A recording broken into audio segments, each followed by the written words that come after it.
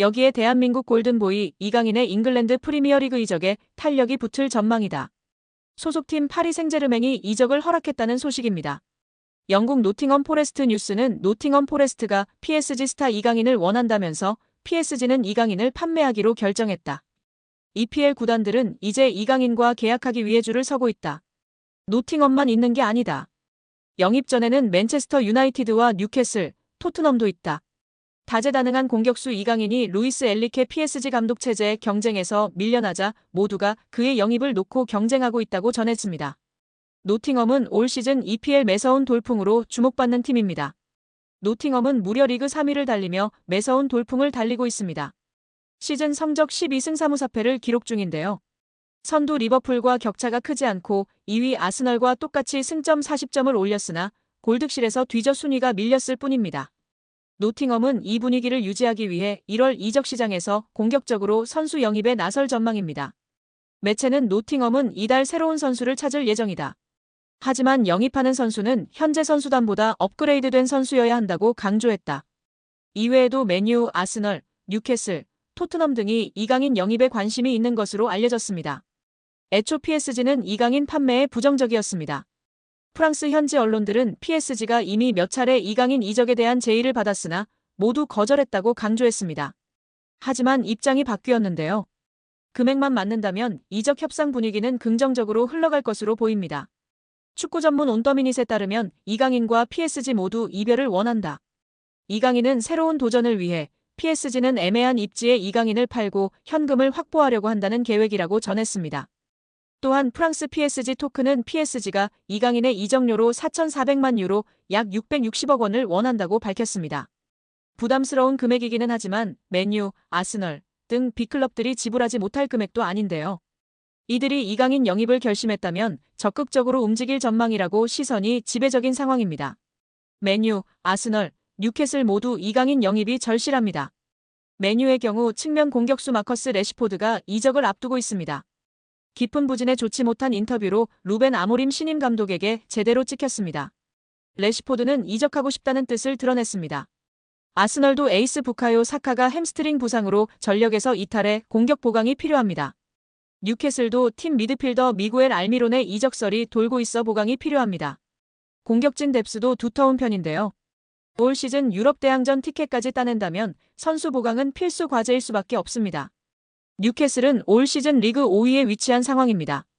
여기에 파리 생제르맹 감독은 수요일 에스팔리와의 쿠푸드 프랑스 32강전을 앞두고 PSG TV와 인터뷰를 가졌습니다. 먼저 엔리케 감독은 상대팀 에스팔리에 대해 입을 열었습니다. 우리는 상대방을 분석하는 팀이 있습니다. 에스팔리는 다른 디비전의 클럽으로 자체 경기장에서 경기를 치르지 않을 것입니다. 우리는 쿠페드 프랑스를 사랑합니다. 그것은 우리에게 좋은 추억을 가져다주며 다양한 수준의 상대들과 경기하는 것이 매우 좋습니다. 그것이 바로 대회의 마법입니다. 파리 생제르맹에서 경기를 할 때는 우정도 없고 경기를 포기할 수 있는 상대도 없습니다. 팀은 좋은 상태입니다. 우리는 매 경기를 마치 결승전처럼 치르는 것과 같은 태도로 계속 나아가야 합니다. 이어 다음 챔스 경기를 위한 로테이션 운영에 대해 전했습니다. 우리는 다음 챔피언스 리그 경기에 최상의 컨디션으로 출전해야 합니다. 우리는 가능한 한 최선을 다해 선수단을 관리해야 합니다. 선수들에게 경기장에서 시간을 주기 위해 약간의 턴오버가 있을 것입니다. 1월에는 7경기에 대한 전반적인 전망이 있는데 이는 기껏해야 단기 또는 중기적인 전망입니다. 일단은 준비 측면에서는 에스팔리와의 경기만 생각하고 있습니다. 이어 겨울 이적 시장에 대해 전했는데요. 겨울 이적 시장은 여름 이적 시장과 함께 고려하며 여러 가지 측면으로 접근하고 있습니다. 더 많은 준비와 계획이 있습니다. 1월 시장은 매우 어렵습니다. 몇 가지 가능성만 열어두면 제대로 해결하기 어렵습니다. 저는 제 팀에 매우 만족하며 최선을 다하고 싶습니다. 그것을 개선하는 것은 매우 어렵습니다. 그럼에도 불구하고 열린 마음을 가져야 하며 스포츠 디렉터와 그의 팀은 그렇습니다. 루이스 캄포스 스포츠 디렉터는 이 시기에는 거의 불가능하더라도 모든 포지션에서 팀을 개선하기 위해 매우 주의 깊게 노력하고 있다고 전했습니다. 특정 포지션 선수를 지목하지 않았으나 열려있다고 전했으며 현재는 나폴리에서 뛰던 흐비차가 이적을 거의 확정지었다고 기사가 나오고 있는 상황입니다. 과연 이번 컵 대회 경기에서 이강인 선수는 선발 출전하게 될까요? 여기에 이강인이 다수의 잉글랜드 프리미어리그 구단들의 관심을 받으면서 몸값이 천정부지로 치솟고 있습니다. 1,000억 원을 돌파할 가능성이 점쳐지면서 아시아 선수 최고 이적료를 갱신할 수 있을지 관심이 모아지는데요. 현재 아시아 선수 최고 이적료 기록은 김민재가 나폴리에서 바이에른 뮌헨으로 이적했을 때 발생한 5천만 유로, 약 750억 원입니다. 당시 이 금액은 아시아 선수로는 파격적인 금액이었습니다. 이강인이 만약 이적하게 된다면 이 금액보다 250억 원가량 많은 금액으로 이적하게 되는 셈입니다. 현재 이강인의 시장 가치는 약 600억 원으로 평가되지만 이미 1,000억 원을 넘었다는 예측이 나오고 있는데요. 프랑스 풋메르카토는 과거 EPL팀이 이강인의 이적을 위해 파리 생제르맹에 7천만 유로, 약 1,046억 원의 이적료를 제시했다고 전했습니다. 그때 당시에는 소수의 구단들이 경쟁했다면 지금은 더 치열해진 게 사실입니다. 당연히 이강인의 이적료는 급증했을 것이란 게 업계 중론입니다. 현재로서 이강인과 연결된 구단은 아스널, 맨체스터 유나이티드, 아틀레티코 마드리드, 뉴캐슬 유나이티드, 노팅엄 포레스트, 토트넘 등이 있습니다.